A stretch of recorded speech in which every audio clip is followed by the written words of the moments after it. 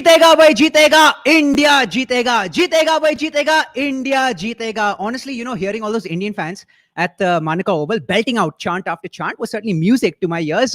We heard them chanting at the Sydney Cricket Ground as well, but the difference was the fact that India wasn't quite able to deliver at the SCG. India was able to deliver at the Manika Oval in Canberra, and one of the reasons India was able to deliver is because Ayaz, Memon and Mandira Lalvani were a lot more vociferous in their chanting than they were while watching the first couple of ODIs. Ayaz, Mandira, welcome to the show. Thank you very much. Thanks, If only chanting was the only thing required. I mean, we'd be yelling ourselves hoarse. We have to up the ante, up the tempo in the T20Is and the test matches. Mandira, they said crisis. What crisis? No crisis at all. Look, as far as the T20s are concerned, it's very, very exciting because we have had a lot of success in Australia, especially as far as this format is concerned. We've played, I think, 9 matches, of which we won 5.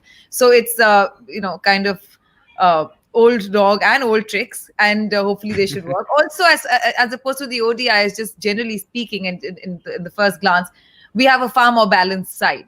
And also we have a far more in rhythm side. After having played the IPL, we have a lot of new faces also to watch out for. We have Washington Sundar, who must be raring to go after his fantastic performance in the IPL. We saw Natarajan give a superb account of himself in the third ODI. And there's Deepak Chahar. So, it's a far more balanced side, far more, exciting. And hopefully on the back of the third ODI win, hopefully we'll carry the momentum forward and seal the series completely. Absolutely. Aapke muh mein ghee shakkar. We'll talk about the first T20I that's about to commence tomorrow. But before that, we'll speak briefly about some of the pertinent points that were related to the third ODI that we saw. Ayaz, a word on the new boys. So we saw Shubman Gill, Shardul Thakur, Natarajan, Kuldeep Yadav, all 4 of them having decent outings, especially Shardul Thakur with his 10 overs, 3 for 51, right? Yes, I think all of them actually had a very good outing there, including Kuldeep, who didn't look like he was back at his best. He's still very tentative. The body language, he's been just kind of marginalized, sidelined for so long. He's obviously still unsure. But I thought actually the most impressive performance came from T. Natarajan. Though he went for a few runs, if you look at the bowling figures. But he started off well. Then he came under the hammer from Maxwell and guys. And then he came back superbly to bowl those 2 overs at the end. So he's obviously got a lot of spirit in him. He's a very quick learner. What's coming through very clearly is that he's a very quick learner. So, he learned from his mistakes in the match itself and he became a better bowler. And I thought even Shubman Gill, though he didn't score to Mayank Agarwal, who looked very frantic. But of course, Mayank was always chasing a big score and Shubman was batting first. So there's a bit of a difference. But having said that, I think Shardul Thakur is a fairly seasoned player. He's been around for about a decade now. So you would expect him. He's got a very vast repertoire of skills with white ball cricket. The knuckle ball, the way he varies his pace, the looping bouncers, etc., etc. And he's got he's a very hard-working guy. So, he's always an asset for whichever team he plays. Absolutely. And Mandira, speaking of T. Natarajan, of course, a remarkable story. The fact that Ayaz mentioned, he got clobbered all over the park by Glenn Maxwell, but he was able to come back. And the fact that Kohli actually instilled confidence in him and brought him back. You saw Natarajan repaying the faith that the captain reposed in him. Your assessment of Natarajan's performance. I think he's got a very long way to go. And, the accuracy with which he bowls his Yorkers and the efficacy, he could be deadly, for the opposition. And that's what we're counting on. As far as Virat Kohli, egging him on or giving him confidence, that is his job as the captain and in mentoring the youngsters, as we were discussing, if you recall in the preview, that a big part of holding it all together is also, showing confidence in the youngsters and showing confidence in the new players and giving them the opportunities time and time again, despite them being hit all over the park, because how else will they get the experience to be able to contain that eventually? So I think we'll see a far more tight innings from T. Natarajan in the T20 series as opposed to the third ODI. But I think it was a commendable performance. And I'm really excited to see how he does in the 2020 series. And Ayaz, a word on Hardik Pandya, hit his career best, 92 not out of 76 balls. I was watching his interview in the post-match press conference, and he was very genteel, he was very refined, very measured. Is that what fatherhood does to you? Yeah, well, also, apart apart from many other things that it does, is it makes you far more. Look forward to see what happens to Virat. Yeah, we'll have to wait and see what happens to Virat. No, but I think, in my opinion, Hardik Pandya was the pick of the Indian team in this series, for scoring 90, 92 not out. And not just that, the way he understood the match situation and adapted and adjusted his game. One is you adjust to the pitch and the conditions. The other is you adjust to match situations. Now, Hardik is known as a guy who goes out there and plays slam bang strokes. But here, he actually curbed his natural instinct to attack. He did attack. He's still better than a run a ball, but he did it in a very clever way. So he always was in a situation where he could, come and dominate the bowling when he wanted, not try and go after the bowling using very high risk strokes. So I think that's been the big change, and that's become necessary, because when you're nursing an injury and you can't bowl as an all-rounder, then you're seen as half the player. Now, if you want to become a complete player again, you have to do very well in the one job that you're doing. So he is actually, in my opinion, he could be retained in Australia, or maybe he should be retained in Australia for the Test series also. Otherwise, he is supposed to come back. But if your other batsmen are floundering, then you might as well keep him there. And he silenced his critics good and proper. Whoever Yes, was questioning his absolutely. place in the side and saying, oh, he can't bowl, what's the point? Is he a specialist batsman? Should we send him ahead of Manish Pandey? He silenced them nicely, with action, not with lip service. Yeah.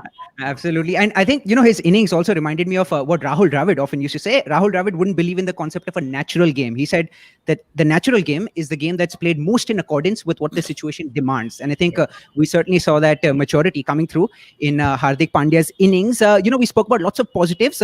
Just one weakness that I observed. Do you think Indian batsmen are struggling against spin bowling? Do you think Australia might actually take advantage of this frailty that we're seeing? Because Adam Zampa has had a pretty good series. You saw Ashton Agar coming in, playing the third ODI, picked up impressive figures, 10 overs, 2 for 44. So do you think that's something India should be wary of going into the T20 series as well as the Test matches, Ayaz? Yes, certainly. I mean, the Test match bowler will be very different. It will be Nathan Lyon. It won't be either. I mean, Zampa could perhaps be in the squad. We don't know. But Nathan Lyon is their main bowler, main spinner in the Test. But in the ODIs and T20s with white ball cricket, Adam Zampa is, of course, is foremost. And then, of course, there is now Agar. So, and I think they bowl extremely well. They understand those pitches, those conditions well. They've both been actually around for a fair while now. There's always this feeling, but how can Indian batsmen struggle against spin? I don't think it's about Indian batsmen or not. Good bowlers will test batsmen from anywhere. Good fast bowlers test you, good spin bowlers test you. We've lost Test matches in England when Moeen Ali was bowling really well. People were saying, but how can we get out to Moeen Ali? No, but if a bowler is bowling well, he can test the best batsman. So there's no thappa, let's not get stereotyped. I think that India have to be cautious and careful against all kinds of bowling, not just. And we've seen in T20 cricket, isn't it, that leg spinners are a very favoured commodity. I mean, they are highly valued. Every team wants a leg spinner. And because they produce wickets. So Adam Zampa will certainly be playing against India. I don't know about Agar, but let's see how it goes.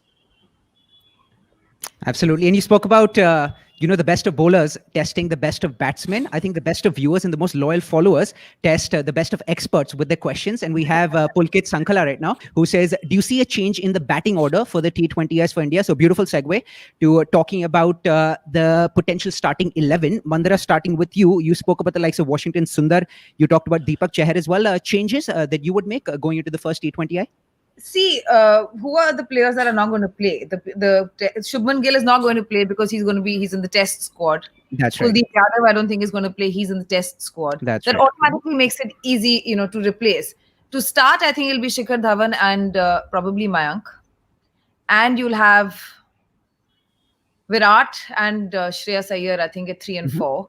Ayaz, do pipe in wherever you think I'm. KL Rahul, how can you miss out? Might open the batting. 5. Yeah. KL Rahul 5. Pandya 6. Jadeja 7. Then 8, 9, 10, 11. Washington Sundar. Bumrah. Washington Sundar. Bumrah. Natarajan. And one more. Chahar. Or another spinner.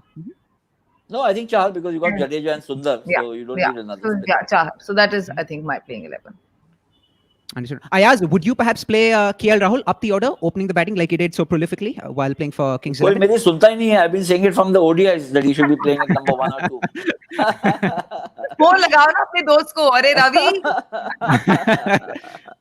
Yeah, I mean, for the kind of form here, and to be more honest, IPL form is not a substitute for playing in other formats. Yeah. But he just looked in great touch. And now, if you're going into the T20 format, the problem will be, when we associate with the IPL, he and Mayank Agarwal struck up a great partnership. But you can't play Shikhar Dhawan at 4, 5, 6. You have to play him as an opener, and also gives you a right-left combination at the start. So I would actually go with Rahul and with Dhawan at the top. It becomes a little tough for Mayank Agarwal then to remain in the team. You never know, because somebody else you might have a. No, Sanju Samson may not play, because if Rahul is keeping the wickets, then you don't need him. But you could need him only as a batsman, or you might take Manish Pandey. And that actually, I personally think that Mayank Agarwal may have hurt his prospects of playing in the T20 by not playing a substantial knock in the ODIs, when in both matches he had got a good start and then he threw it away. And do you think, Shreyas Iyer didn't look in the best of forms in the ODI series? Do you think perhaps Sanju Samson would play at number 4 instead of Shreyas Iyer, with either Samson or Rahul keeping wickets? Well, I think that's a possibility, because Shreyas Iyer seemed to have been sorted out by the Australian bowlers. So you don't want to go in there with a batsman a little short on confidence. Though his body language is always strong, Shreyas Iyer. But yeah, so I mean, maybe he'll get the first game. If he doesn't score runs, then somebody else comes in. We also, teams and captains don't like to chop and change too much. Exactly. So I don't think that, so they might just want to, because Shreyas Iyer had a decent IPL. See, the problem even in the ODIs was that the Indian players had not had an international fixture since early March. Yeah. While Australia had gone to England, and Australia had, their players were playing domestic cricket, first class cricket. So that was a bit of a handicap for the Indian team. It's not easy. We can be critical, we should be critical, and we should say that we lost badly and we were outplayed. But we must also consider that it's not easy being in a biosecure bubble in a foreign country. It's very demanding, it's very taxing. So these things did play a role, but they need to get out of it. I mean, at the end of the day, at the elite level, these are sometimes problems that you have to surmount. And you put your best foot forward, knowing what the limitations are. And I think as the tournament progresses, we'll see that. As it is in the third ODI, the side was a different side, and they're starting to get that practice in. And to answer your question, Anubhav, for that reason, Shreyas Iyer has played 3 matches. I think he'll definitely be a sure thing for the first T20. And then thereon, like Ayaz said, if he does not perform, then yes, there is an option waiting in the wings. But as of now, I think they'll definitely persist with Iyer. Actually, there are more options available for Shastri and Virat in the T20s than there were in ODIs. Of course, far more balanced now. Sundar, as an all-rounder. Samson, even without wicket keeping, he can come in as a batsman. Manish Pandey, Mayank Agarwal. There are lots more options.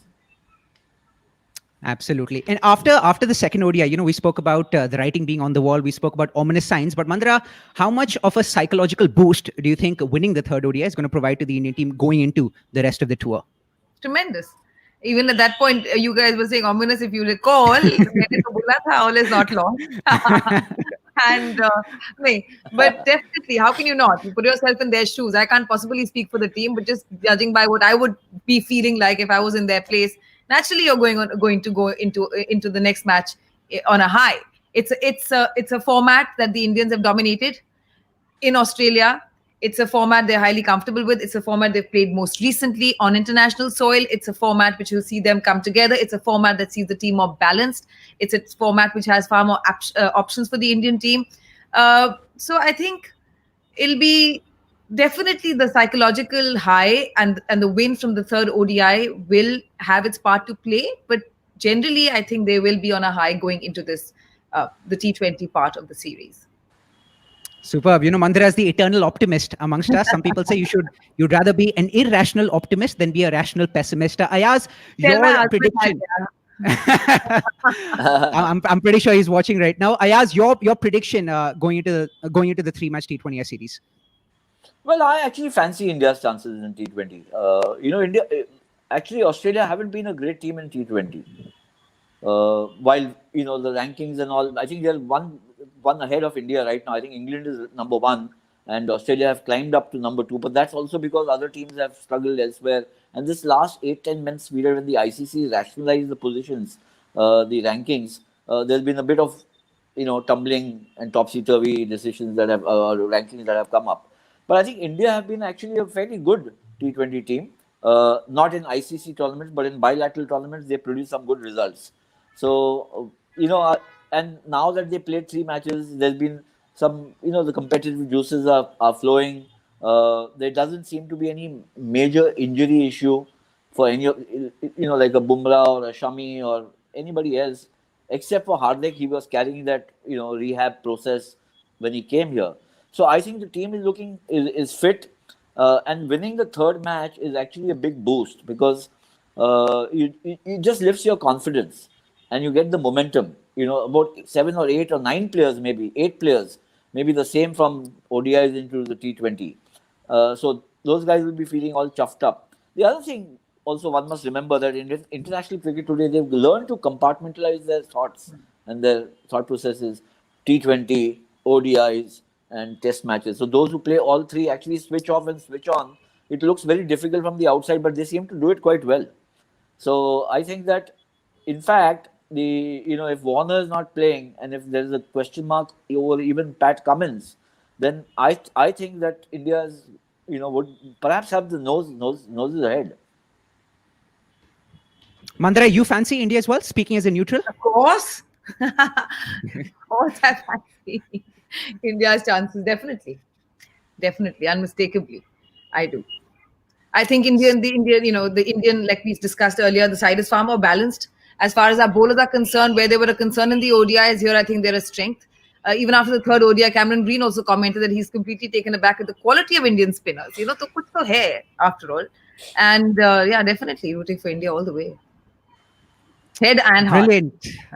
Superb. Mandira and Ayaz, blistering as always. Let's see if India can be equally blistering and if they can actually turn on the afterburners, as we shift our attention from the ODIs to the more blistering format of the game, the T20Is. But, based upon what we saw in the ODIs, I think blistering might be an understatement come the end of the T20I series. Thank you so much to all our viewers for having joined us for another episode of Cricket Pundits. And do join us again on the 5th of December as we look ahead to the second T20I between these 2 sides. Until next time, enjoy the cricket and we hope to see you again. Cheers.